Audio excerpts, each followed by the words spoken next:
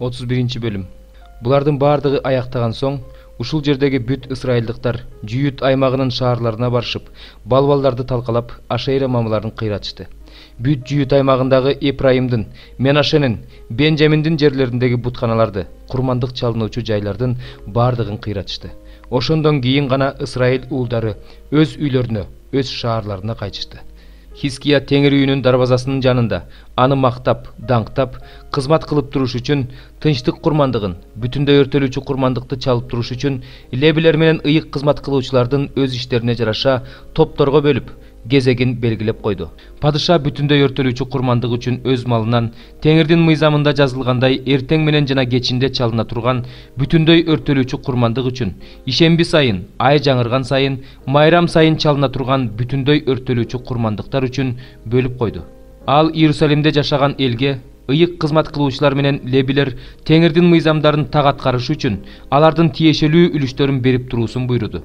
Бул буйрук элге жарыяланганда, Ысрайыл уулдары эгиндин, шараптын, майдын, балдын, ар кандай талаа өсүмдүктөрүнүн түшүмүнүн алгачкыларынан өтө көп алып келишти. Алар ушулардын 1/10 бөлүгүн алып келишти. Жүйүт аймагынын шаарларында турган ысрайылдыктар да, жүйүттөр да бодо малы менен майда малынын 1/10 бөлүгүн, өздөрүнүн Кудай Теңирине арнаган курмандыктарынын 1/10 бөлүктөрүн алып келип, дөбө-дөбө кылып үйүштү.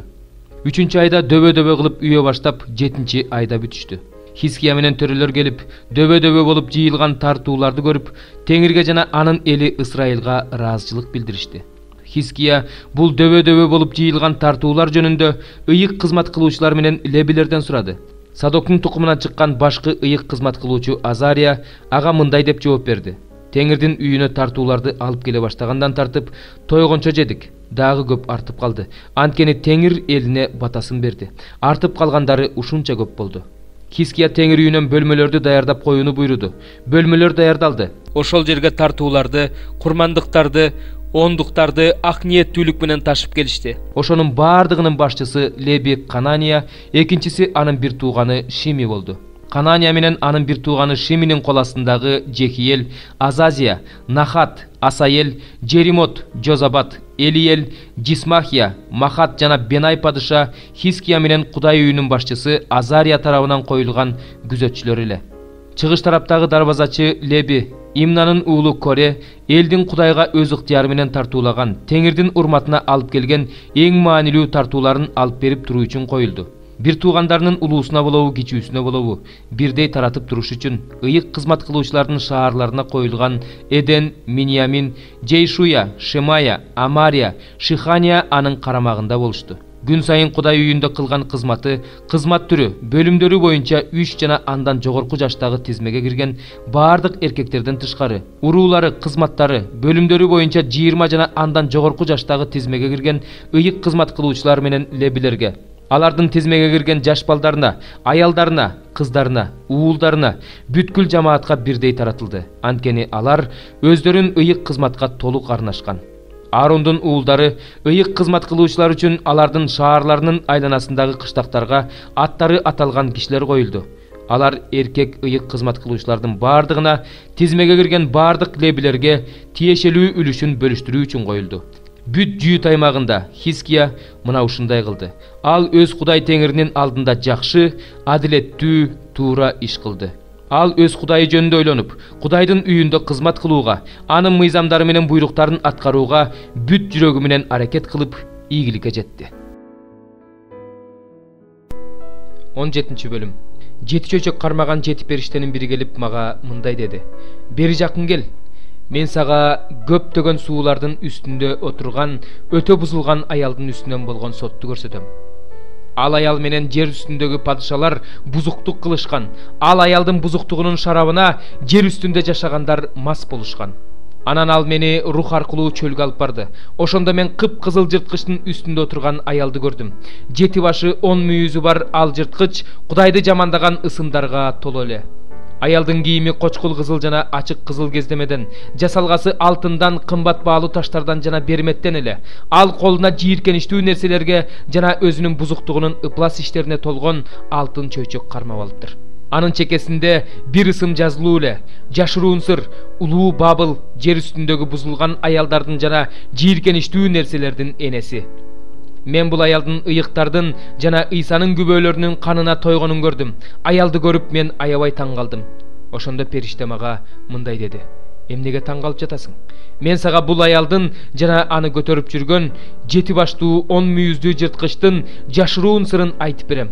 Сен көргөн жырткыч мурун бар болчу, азыр жок. Ал түпсүз туңгуюктан чыгып кыйроого учурайт. Жер үстүндө жашагандардын ичинен ысымдары дүйнө жаралгандан тартып эле өмүр китебине жазылбагандар мурун бар болуп, азыр жок болуп кеткен. Жана келе турган бул жырткычты көрүп таң калышат. Бул жерде акылмандык керек. 7 баш аял отурган 7 тоо, ошондой эле 7 падыша. Алардын 5өө кулаган, бирөө турат, бирөө али келе элек. Ал келгенде көпкө турбайт. Мурун бар болгон, азыр жок болгон жырткыч 8-чиси. Ал 7өөнүн бири болуп кыйроого учурайт. Сен көргөн 10 мүйүз 10 падыша. Алар өздөрүнүн падышачылык бийлигин алыш элек, бирок алар падыша катары падышачылык бийликти жырткыч менен бирге 1 саатка алышат. Алардын ой максаты бир. Алар өздөрүнүн күчүн жана бийлигин жырткычка өткөрүп беришет. Алар козу менен согушушат, бирок козу аларды жеңет, анткени ал теңирлердин теңири, падышалардын падышасы. Анын жанындагылар чакырылгандар, тандалгандар жана ишенимдүүлөр. Анан периште мага мындай деди: "Сен көргөн бузулган аял отурган суулар, адамдар, элдер, уруулар жана тилдер. Сен көргөн 10 мүйүз жана жырткыч бузулган аялды жек көрүп талап тонойт, жылаңачтайт, анын этин жеп өзүн өрттөп жиберет. Анткени Кудай алардын жүрөгүнө өзүнүн каалоосун аткарууну, өзүнүн ушул каалоосун аткарууну, Кудайдын сөзү аткарылганга чейин алардын падышачылыгын жырткычка өткөрүп берүүнү салган. Сен көргөн аял болсо, жер үстүндөгү падышалардын үстүнөн бийлик жүргүзгөн улуу шаар." Ошол күнү мындай болот дейт Себайот Теңир. Мен бул жерден жасалма кудайлардын ысымдарын жок кылам. Алар мындан ары эскерилбейт. Ошондой эле жалган пайгамбарлар менен таза эмес рухту бул жерден жок кылам. Ошондо ким пайгамбарчылык кыла турган болсо, андай ага өзүнүн атасы менен энеси: "Сен жашабашың керек, анткени сен Теңирдин ысымы менен жалган сүйлөп жатасың" деп айтышат. Ал пайгамбарчылык кылганда аны өзүнүн атасы менен энеси өлтүрүп салат. Ошол күнү мындай болот: пайгамбарлар уят болушат. Пайгамбарчылык кылып жатканда ар бири өзү көргөн көрүнүшү үчүн уят болот. Ошондон кийин алар алдаш үчүн кийген өздөрүнүн кыл чапанын кийбей калышат. Алардын ар бири: "Мен пайгамбар эмесмин, дыйканмын, анткени мени бала чагымда эле бир адам кул кылып алган" дейт. Андан: "Эки колуңдун ортосундагы эмнеден болгон жарааттар" деп сурашат. Ошондо ал: "Мени сүйгөндөрдүн үйүндө мени сабашты" деп жооп берет. "О кылыч, менин койчума каршы, менин жакыныма каршы көтөрүл" дейт Себайот Теңир. "Койчуну өлтүр, ошондо койлор туш-тушка чачырайт. Мен колумду кичинелерге каршы бурам." Бүт жер жүзүндө мындай болот. Жер үстүндө жашагандардын 3төн 2 бөлүгү жок кылынат. Ал эми 3төн 1 бөлүгү аман калат дейт Теңир. Бул 3төн 1 бөлүктү отко салып, күмүштү эриткендей эритем. Алтынды тазалагандай тазалайм. Алар менин ысымымды чакырышат, мен аларга жооп берем. Бул менин элим деп айтам. Алар болсо Теңир менин Кудайым дешет. 16 бөлүм. Буларды мен силерге азгырылып кетпешиңер үчүн айттым. Буларды мен силерге азгырылып кетпешиңер үчүн айттым. Силерди синагогалардан кууп чыгарышат. Атүгүл силерди өлтүрүп жаткан адам Кудайга кызмат кылып жатам деп ойлогон күндөр келет. Алар атамды да, мени да тааныбагандыктан ушундай кылышат. Ошол күндөр келгенде ушул айткандарымды эстешиңер үчүн мен буларды силерге алдын ала айттым. Бул жөнүндө мурун айтпаганымдын себеби мен силердин жаныңарда элем. Азыр болсо мени жибергенге бара жатам. Бирок эч кимдер менден кайда бара жатасың деп сураган жоксуңар.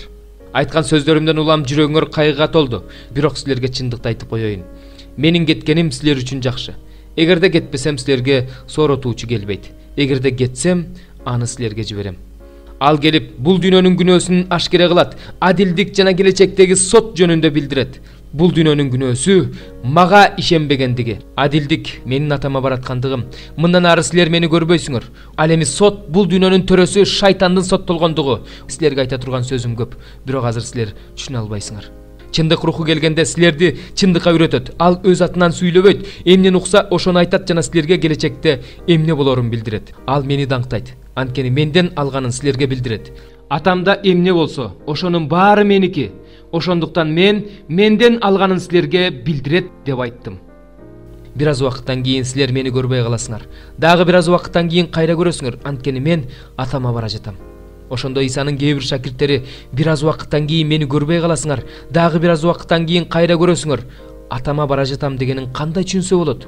Бир аз убакыттан кийин деген эмнеси? Эмне жөнүндө айтып жатканын түшүнгөн жокпуз дешти.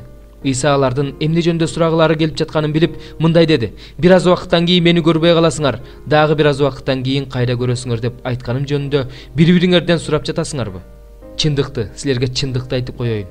Силер боздоп ыйлайсыңар. Бул дүйнө болсо кубанат. Кайгырасыңар, бирок кайгыңар кубанычка айланат. Төрөр маалы келген аял толгоо тартып кыйналат. Төрөгөндөн кийин дүйнөгө наристе келди деп кубангандан кыйналганын унутуп коет. Ошол сыяктуу эле силер да азыр кайгырып жатасыңар. Бирок мен силерди кайра көрөм. Ошондо жүрөгүңөр кубанычка толот жана ал кубанычты силерден эч ким тартып албайт. Ошол күнү силер менден эч нерсе сурабайсыңар. Чындыкты, силерге чындыкты айтып коеюн. Атамдан менин ысымым урматына эмне сурасаңар да ал берет. Буга чейин силер менин ысымым урматына эч нерсе сураган жоксуңар. Кубанычыңар толук болуш үчүн сурагыла аласыңар.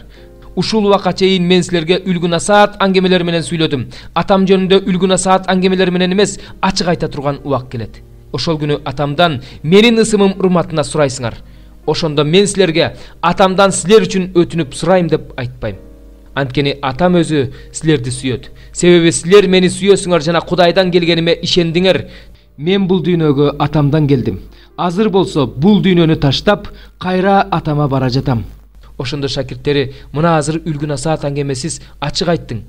Биз азыр сенин баарын билериңди билдик. Сага суроо берүүнүн деле кереги жок экен. Анткени сен биз сурай электе эле эмнени сураарыбызды билесиң. Ошондуктан Кудайдан келгендигиңе ишенебиз дешти. Ошондо Иса аларга мындай деп жооп берди: азыр ишенип жатасыңарбы? Мына ар кимдер ар кайсы жакка чачырап кете турган убак келе жатат. Атүгүл келип та калды. Силер мени жалгыз таштап кетесиңер, бирок мен жалгыз эмесмин, анткени атам мени менен. Мен муну силерге менин тынчтыгым силерде болсун деп айттым. Бул дүйнөдө азап тартасыңар, бирок кайраттуу болгула. Анткени мен бул дүйнөнү жеңдим.